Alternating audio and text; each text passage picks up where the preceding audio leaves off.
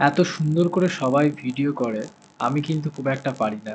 যাই হোক, আমার নাম জয়।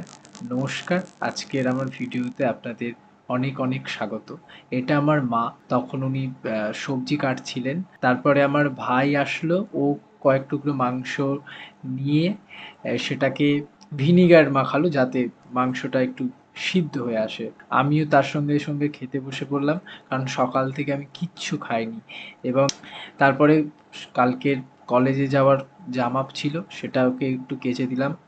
এবং এটা মন্দিরের সামনে স্নানের সময় স্নান, এর আগে পুকুরে স্নান করতাম না, এই ভিডিওর চক্করে পড়ে একদিন পুকুরেও স্নান করলাম।